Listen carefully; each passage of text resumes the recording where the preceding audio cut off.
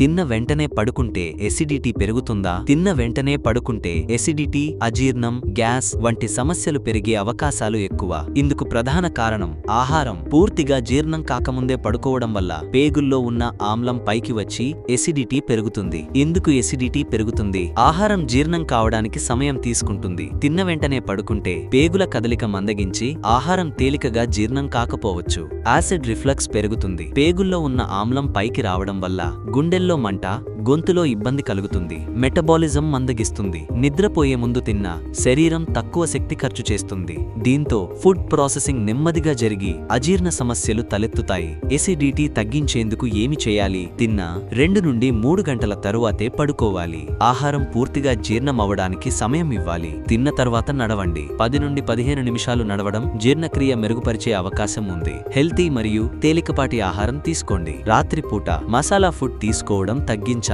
ఎత్తుగా తల ఉంచి పడుకోవాలి. ఇది యాసిడ్ పైకి ఎక్కడాన్ని తగ్గిస్తుంది. కాఫీ, టీ, సోడా తగ్గించండి. ఇవి ఎసిడిటీని పెంచే ఎసిడిక్ బేవరేజెస్. మీరు తరచుగా ఎసిడిటీ సమస్యలతో బాధపడుతున్నారా? అయితే ఆలస్యం చేయకుండా వెంటనే ట్రీట్మెంట్ రేంజ్ హాస్పిటల్ను సంప్రదించండి. మరింత సమాచారం కోసం సంప్రదించండి 9888819334 KPHB హైదరాబాద్.